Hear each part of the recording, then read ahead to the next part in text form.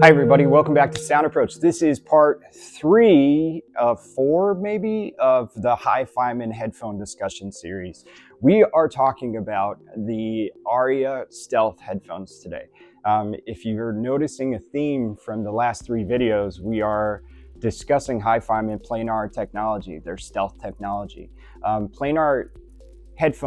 Planar magnetic headphones use a thin diaphragm and magnets to create the sound in the headphones. It's a little bit different from dynamic drivers, which are more traditional drivers from like a speaker. So you've got your voice coil and everything, and a lot different from electrostatic as well.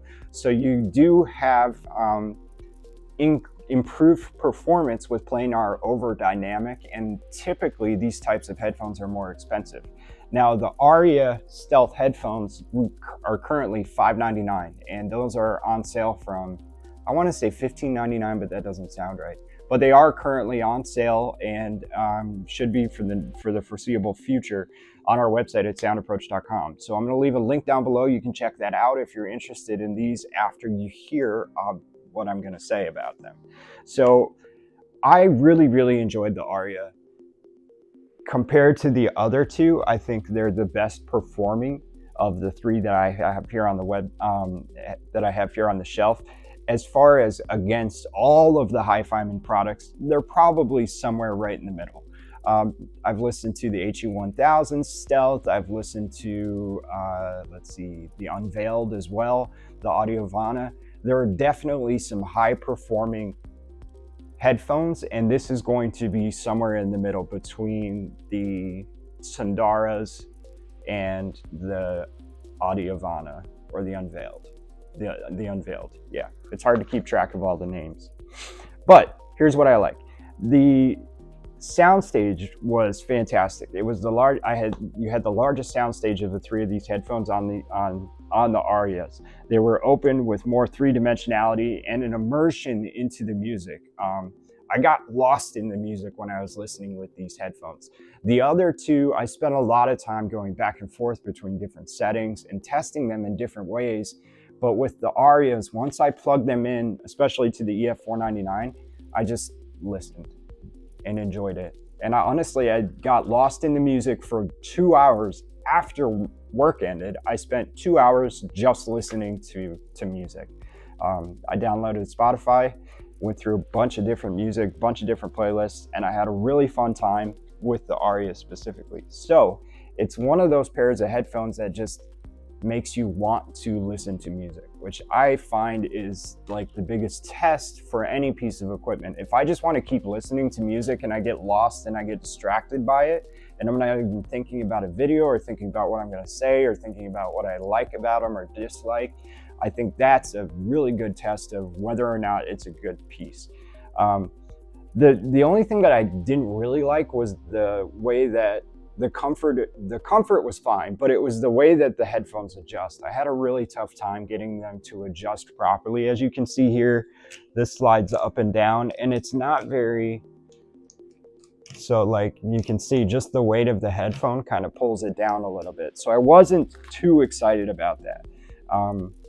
The Arya and the HE400 SE were much more comfortable they were more comfortable but easier to adjust as well.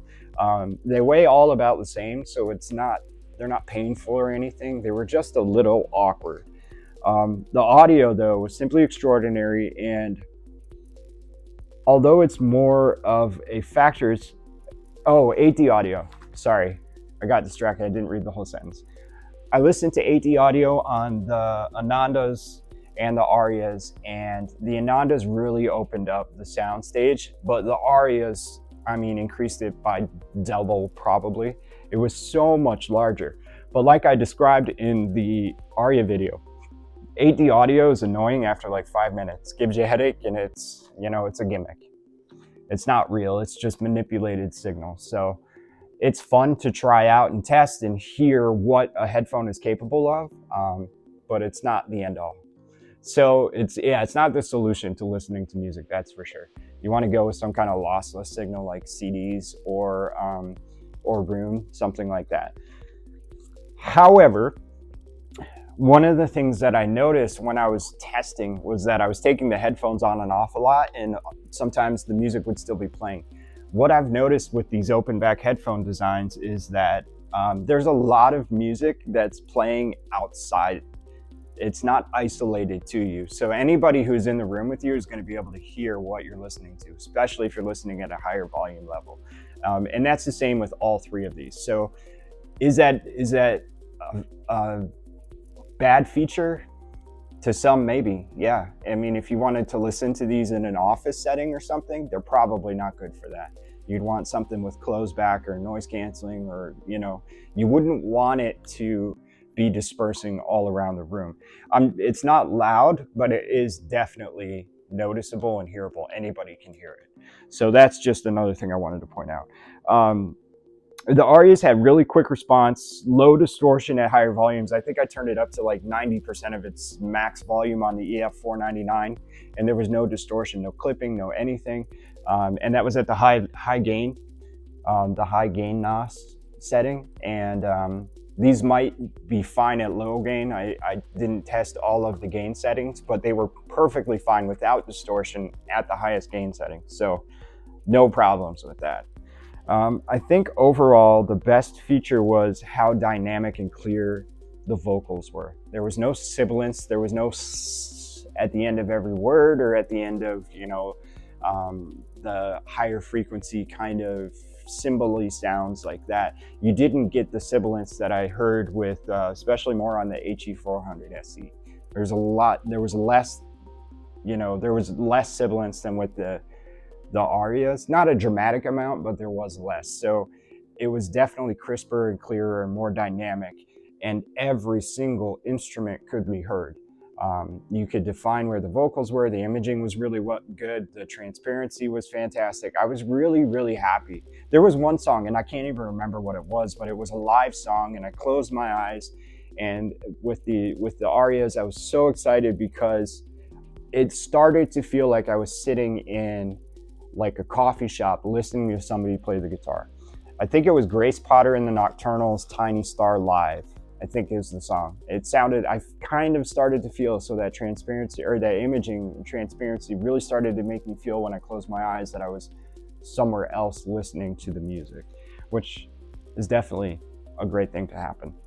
So if you're interested in the Arya, the Ananda, the HE400 SE, I know I've talked about all three of them at the same time.